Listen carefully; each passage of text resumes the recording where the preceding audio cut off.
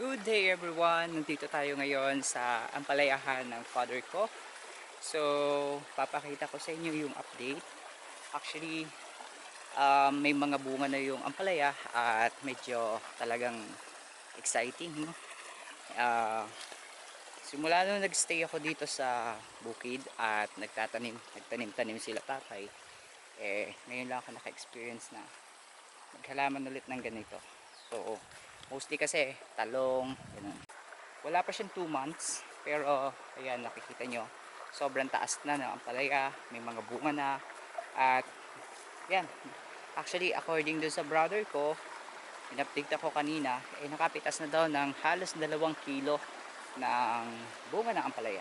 So tara, pasukin natin yung loob ng ampalayahan.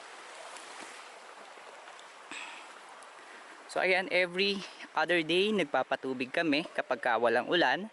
At kung makikita nyo, sobrang lago ng ampalaya. Marami rin ako nakita ang ampalayahan. Pero syempre, super proud ako sa ampalaya na to ng father ko. Dahil syempre, amin ito. And ayun, ang ganda niya.